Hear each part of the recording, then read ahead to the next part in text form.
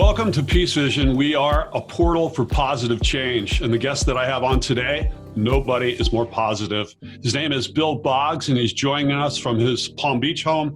Bill, welcome. Thank you, John. It's great to be a part of PeaceVision. You've worked on this a long time, and I'm proud of you. Thank you so much. Bill, I wanted to just give our audience a little background on you. Can you give us the thumbnail sketch of your years on television and as an author and what you've been up to? Well, how long you want the thumbnail to be? I've been on television since 1972. I've had 15 different shows, mostly as an interviewer of people. I've interviewed thousands of people. You can go to BillBoggsTV on YouTube and see all kinds of icons from the last 50 years. I've been certainly been a producer, executive producer of the Morton Downey Jr. Show, produced my own shows on the Food Network for years. I've written 3 books, 2 novels. I've one novel coming out in May, The Adventures of Spike the Wonder Dog. The second book was a self-help book for HarperCollins. The first book was a novel that was purchased for a screenplay that would be inspired by my life. The movie never got made. My life is still going on. So basically, show business is my life. If I go all the way back to my childhood, John, I was a little boy listening to the radio, and I was entranced by the radio personalities of my 4-year-old life. And I wanted to be like the men on the radio. So I am one of those very lucky people who, with some help from a higher power and hard work, was able to make a childhood dream come true. And the dream is still going on. Well, that's the point. And that's kind of what we wanted to get to here on PeaceVision. Letting people discover their dream and pursue it, having the passion to do it, and then telling stories about people such as yourself who've had the courage to pursue their dream and actually have them come true. One of my favorite guest of yours was Frank Sinatra, and I think he was like, weren't you the only person to ever interview him on a TV talk show? I met Frank at a lifelong Sinatra fan. I was introduced to Frank at 4 o'clock at Easter Sunday morning by Julie Rizzo at Caesar's Palace after having seen his late show and Elvis's early show. And Frank Sinatra and I hit it off. And he said to me after a 15-minute conversation, in the middle of the night, early morning, maybe I'll come and do your show in September in New York. This is April. And I said, Frank, I'm not asking for anything. And he took my hand and he looked at me and said, I know you're not asking, maybe I'll come. And he did. And it made international headlines because he had never been on a talk show before. It's the longest interview that Frank Sinatra ever did in his life. And it was a real gift from Frank. It was my first year on New York television. And we scored a real coup, but it's just because we met. I never actually asked him to come. That's a great story. But, you've interviewed all these big celebrities and huge stars. And the thing that I like is that you wrote a book about it and you put it in the terms in which we could all benefit from, which is Got What It Takes. Yeah. And tell me about how that idea came about and what can people learn from that book? Okay, well, as a lifelong interviewer of people, it became evident to me that I didn't want to just do the interviews and go home, that I wanted to learn the mechanisms, the internal empowerment, if you will, that help to make actors, politicians, business moguls, international leaders, presidents, all manner of successful people successful. So I thought if I could use my interviewing skills and interview a cross set of people and explore some of those things, I could help people in the process.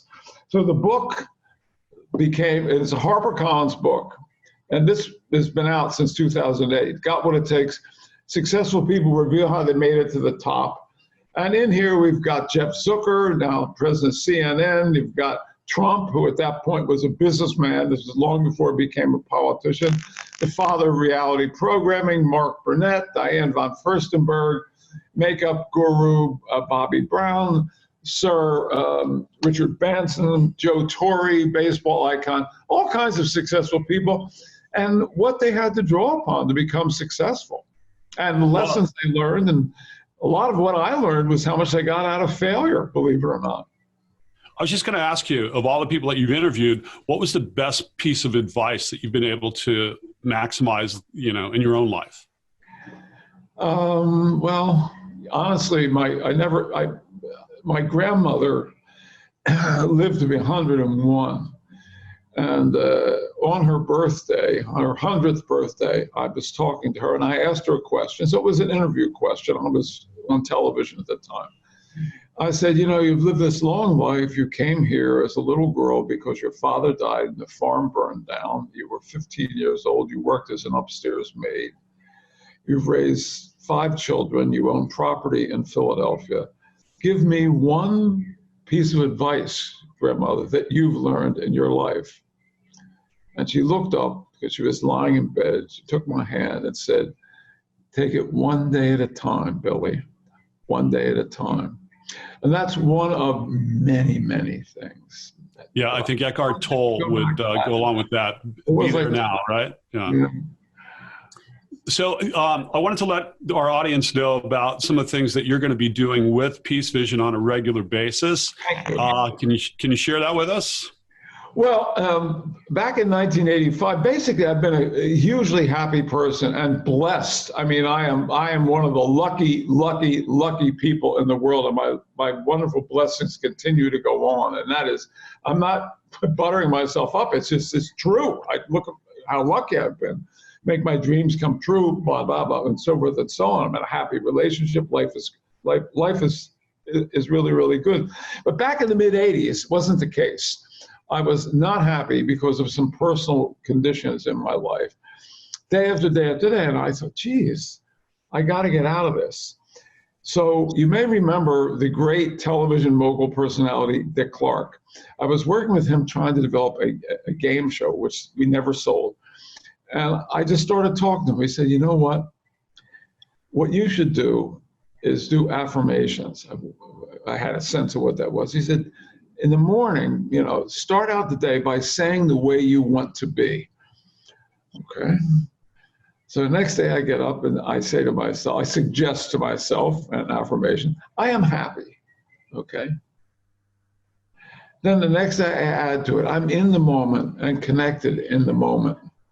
Then I add to it, I only do things I approve of today. I will do work today that's of value to people. So since the mid-'80s, I have been developing a personal set of affirmations. I did them at 3 o'clock this morning, fell back to sleep as I was just about ending them. And that's what I want to talk about. I want to talk about, the more you condition yourself with words have tremendous power. The more you condition yourself with the way you want to be, the more you're going to turn out being that way. That is a proven psychological fact. So I want to share my affirmations and share the power of affirmations and share whatever other minor wisdom I may have accumulated in my 43 years here. Well, no, I'm lying about that. In my 70 plus years here on Earth. Well, we can't wait for you to be a big part of this team. And I know you as a very spiritual guy. I know you as a guy that has great faith. And I'm sure that, sharing that part of your life will be a big benefit to our audience. Bill, before we leave, we just wanted to play a quick clip from the Frank Sinatra interview. Yeah, well, at the end of the Sinatra interview, I asked him to make a toast to the viewers. And he makes about, 1 minute toast. That's particularly appropriate to the times we live in and to PeaceVision. So here we go, folks. Here's our friend Frank. Frank. If you would perhaps make that same toast to all of us now, I think. I'd love to. My toast is simply that I wish everybody who is viewing us, or even if they just hear about it, I wish them thousands of times more that I've gotten in my life. I've been a man overly rewarded in my lifetime, and that's not buttering anybody up. It's a fact. And I appreciate what's happened to me, and I wish everybody in the world much more than that. And I wish everybody in the world a lot of sweet things and pleasant dreams and soft touching, hugging, and kissing, and peace in our time. and peace in our time. That's why we have PeaceVision, a portal for positive change. I'm proud to be part of it. Welcome to you, Bill Boggs. And by the way, you can get Bill Boggs' book, Got What It Takes. It's on our website. And by the way, if you sign up for PeaceVision, you can get our daily Peacegrams to bring inspiration into your morning every day just by signing up at Peacegrams. And that is at PeaceVision.com. You have a great day, and we'll see Bill Boggs sometime soon.